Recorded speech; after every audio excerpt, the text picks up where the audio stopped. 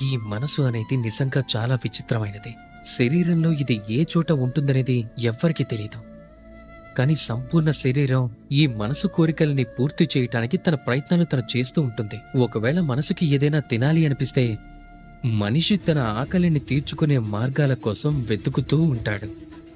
ఒకవేళ మనసు ఎవరినైనా శత్రువుగా భావిస్తే ఆ మనిషి తన శత్రువుని నాశనం చేయటానికి అన్ని విధాలుగా ప్రయత్నిస్తాడు.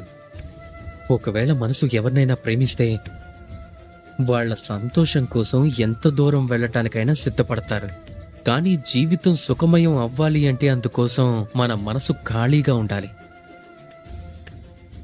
ఈ పిల్లన గ్రోవిలాగా లోపల ఏ రాగం కానీ ద్వేషం కానీ ఏమీ ఉండదు. అందుకే గాలి ఊదగానే స్వరం బయటకొస్తుంది. ఈ ప్రకారంగానే మనసుని భావనల నుండి దూరంగా ఉంచటం చాలా అవసరం.